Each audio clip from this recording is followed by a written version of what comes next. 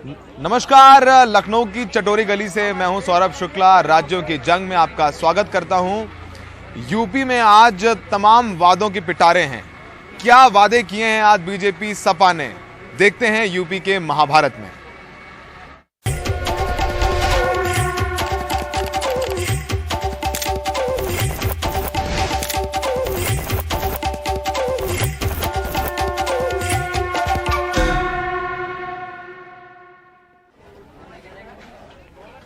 पहले चरण के मतदान से ठीक एक दिन पहले भारतीय जनता पार्टी और समाजवादी पार्टी ने कुछ घंटों के अंतराल में अपना चुनावी घोषणा पत्र जारी किया। बीजेपी ने अपने घोषणा पत्र को संकल्प पत्र कहा तो अखिलेश यादव अपने घोषणा पत्र को वचन पत्र बता रहे हैं।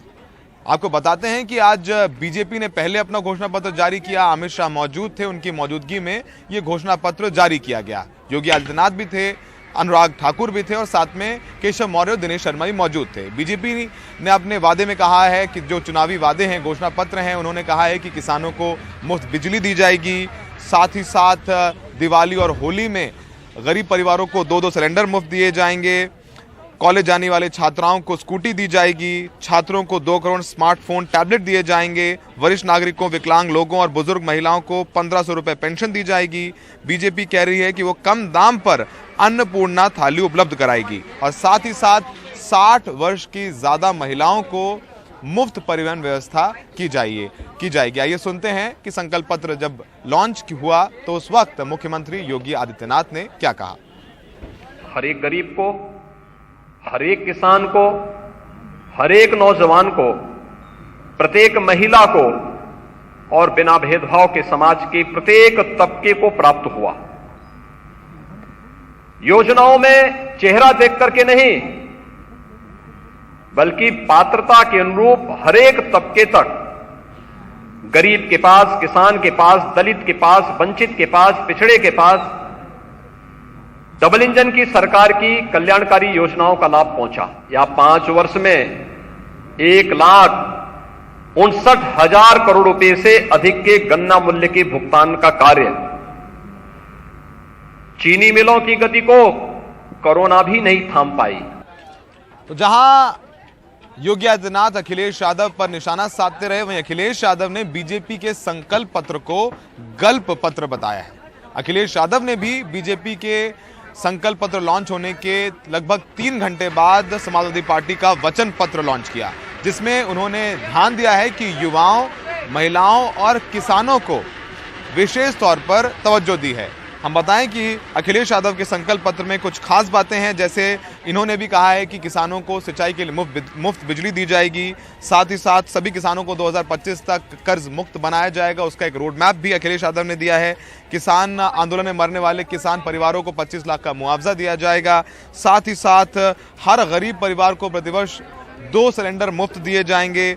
2 पहिया वाहन के लिए हर महीने 1 लीटर मुफ्त पेट्रोल, जबकि 3 पहिया वाहन के लिए 3 लीटर मुफ्त पेट्रोल या डीजल या 6 किलो सीएनजी दी जाएगी। साथ ही साथ पुरानी पेंशन व्यवस्था लागू की जाएगी। लेकिन रोजगार को लेकर के भी अखिलेश ने कई बड़े वादे किए हैं। उन्होंने कहा है कि आईटी सेक्टर में 22 लाख युवाओं को रोजगार दिया जाएगा, वहीं 10 लाख सरकारी भर्तियां की जाएंगी। आइए सुनते हैं अखिलेश यादव ने वचन पत्र जारी करते हुए क्या कुछ कहा।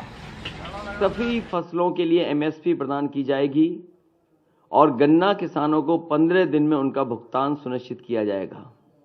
इसके लिए अगर फार्मर्स कॉर्पस फंड भी बनाना पड़ेगा तो बनाया जाएगा। सभी किसानों को 4 साल के भीतर 2025 तक कर्ज मुक्त बनाया जाएगा।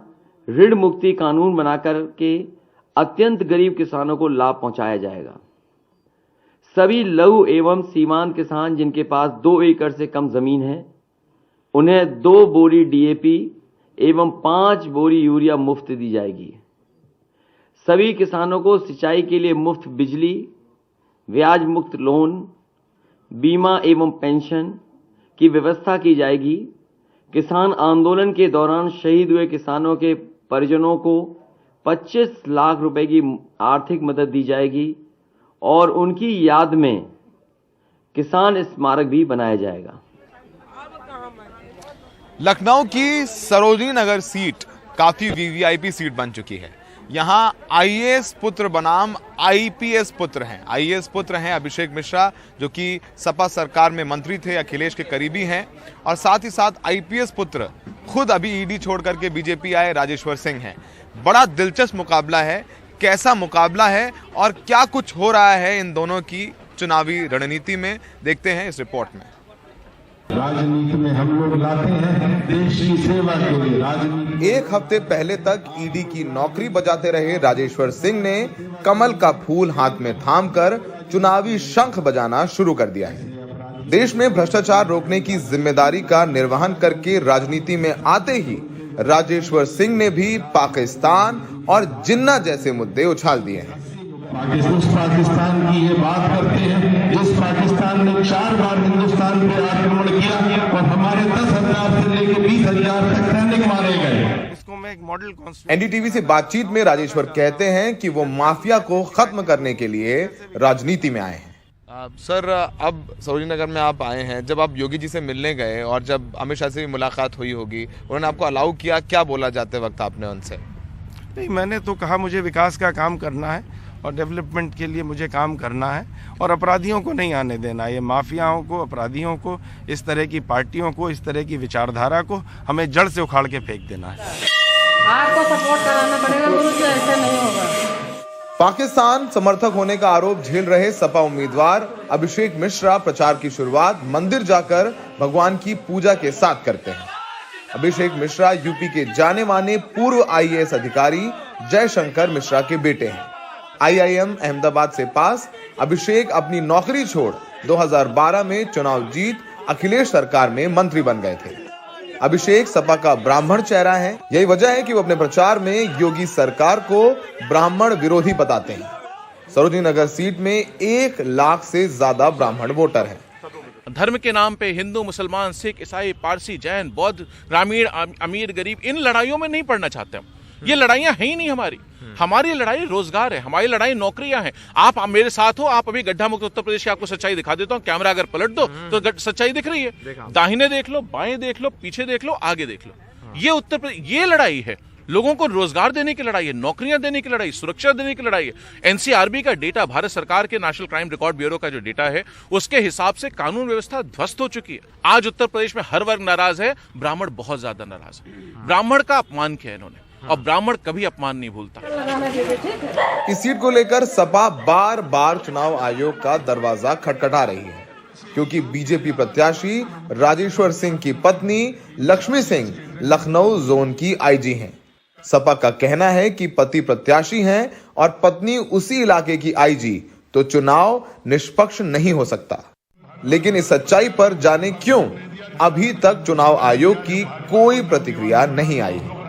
सरोजिनी नगर सीट से मौजूदा विधायक और मंत्री स्वाति सिंह टिकट मांग रही थी और साथ में उनके पति दयाशंकर भी इसी सीट से टिकट मांग रहे थे। तो दोनों पति पत्नी की लड़ाई में भाग खुले राजेश्वर सिंह के जो ईडी अधिकारी हैं, और समाजवादी पार्टी ने, चूंकि राजेश्वर सिंह ठाकुर हैं, तो उनके सामने अपना सबसे बड़ा ब्राह्मण चेहरा अभिषेक मिश्रा को उतार दिया है।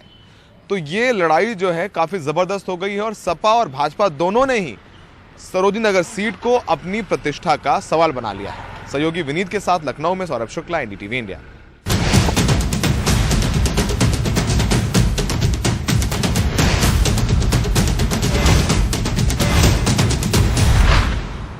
अभी फिलहाल की बात कर रहे हैं। राज्यों की जंग में ब्रेक के बाद आपका स्वागत है। हम उत्तर प्रदेश से चलते हैं पंजाब।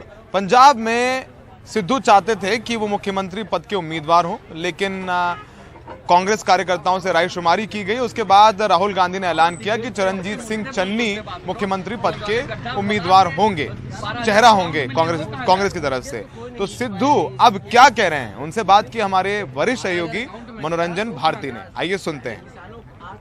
अमृतसर की लड़ाई काफी दिलचस्प हो गई है और यहाँ पे एक कड़ा मुकाबला लोग कह रहे हैं कि होने वाला। अभी हमारे साथ नवजोत सिंह सिद्धू साहब है। सिद्धू साहब, आपने क्यों कंसीड किया परसों, क्यों मान गए आप चीफ मिनिस्टर कैंडिडेट नहीं हो? यार, ये मेरा सवाल ही नहीं है। इसमें मेरा सवाल कहां से आता है? हाईकमांड ऑल इन ऑल है, their wish is my command, that's all. तो क्या बात हुई आपकी राहुल गांधी से जब आप इकट्ठे एक गाड़ी में थे और जाखड़ साहब गाड़ी चला रहे थे? जरूरी है कि जो बंद कमरों की बातें हों वो मीडिया के थ्रू मैं दुनिया को बताऊं? शिष्टाचार नहीं है दोस्त। तो सिद्धू साहब, अब क्या अगला स्टेप क्या होगा? ये लोग तय करेंगे।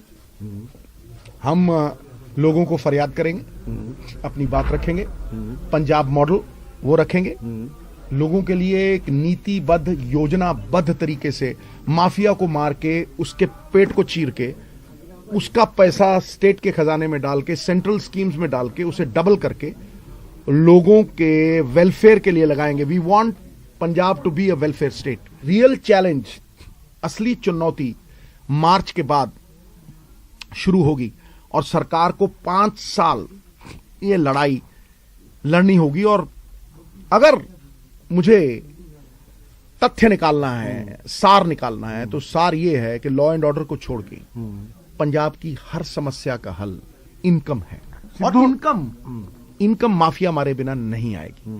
सिद्धू मॉडल ऑफ डेवलपमेंट क्या है? ये सिद्धू मॉडल नहीं है, ये पंजाब मॉडल ऑफ डेवलपमेंट। क्या है वो? सिद्धू जैसे हजारों लोग हैं, लेकिन पंजाब एक ही है, समझे? Main and women in flash and blood will come and go.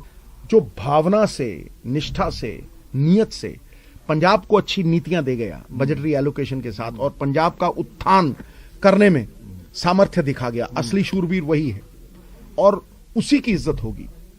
यहां पदों की बात नहीं है, यहां पंजाब के उत्थान का सरोकार है, और वो लड़ाई मैं लड़ता रहूंगा। लेकिन बहुत लोग बोलते हैं कि सिद्धू आखिर मान क्यों गए? भाई हद हो गई यार। क्या तुम टीआरपी चाहते हो? क्या तुम ये चाहते हो कि सिद्धू ना मानता फिर तुम कहते हो जी सिद्धू इनडिसिप्लिन है, फलाना है, ढमका? ये चाहते हो? नहीं होगा। ये तुम्हारा सपना था, टूट गया। राज्यों के जंग में आज के लिए इतना ही। लखनऊ से मुझे दीजिए इजाजत, और चुनाव और दूसरी खबरों के लिए बने रहिए एनडीटीवी इंडिया पर।